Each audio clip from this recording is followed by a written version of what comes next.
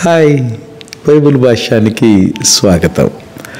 దేవుని యొక్క వ్యక్తిగత నామము పరిశుద్ధ గ్రంథమైనటువంటి బైబిల్లో యెహోవా. ఇది తనాక్ అనగా హీబ్రూ బైబిల్లో దేవుని యొక్క వ్యక్తిగతమైనటువంటి నామంగా మనం కనుగొనగలుగుతాం.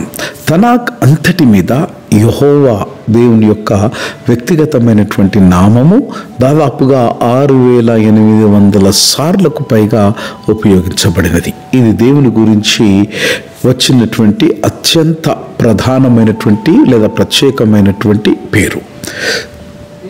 టెట్రాగ్రామటన్ అనగా ఏమిటి అంటే, టెట్రాగ్రామటన్ అనేది వాస్తవికంగా గ్రీకు పదం. అక్షరాల 4 అక్షరాలు దీని యొక్క భావం. టెట్రా ప్లస్ గ్రామాన్ అనేటువంటి దీని యొక్క అర్థం. ఈ 4 అక్షరాలు ఏవనగా యోద్, హే, వావ్ అండ్ హే. ఈ 4 యోద్, హే, వావ్ అండ్ హేవ్ యెహోవాగా ఉచ్చారణ చేయబడుతుంది. ఇది అతి పవిత్రమైనది. ఉచ్చారకు చాలా ఉచ్చరించరానటువంటి పవిత్రమైనటువంటి పేరుగా, మర్మమైనటువంటి పేరుగా దేవుని యొక్క నిత్య స్వరూపాన్ని ఇది సూచిస్తుంది. యెహోవా అన్నటువంటి ఇటు నామానికి ఉచ్చరించడానికి బదులుగా యూదులు దేవుని యొక్క నామానికి భయపడి బదులుగా వారు అదోనాయ్ అన్న పదాన్ని వారు ఉపయోగించినారు. అదోనై అనగా ప్రభువు. రెండవది హాషేమ్ అన్నటువంటి పేరును కూడా వారు చదవడం ప్రారంభించినారు యెహోవా అన్నటువంటి పవిత్ర నామానికి బదులుగా.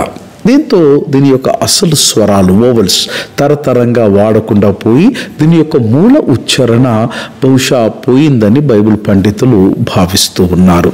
క్రీస్తు శకము 300 నుంచి 200 సంవత్సరాల కాలములో ఇట్టి యాహ్వే అన్నటువంటి నామధేయము యెహోవాగా మారింది.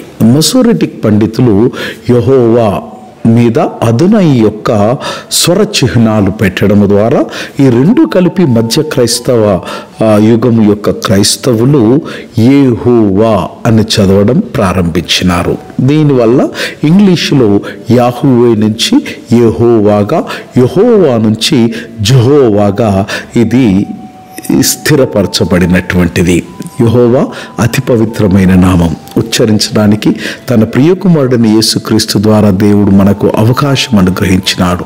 పవిత్రంగా ఉండి ప్రభువును పరిచర్యలో ముందుకు సాగుదాం. God bless.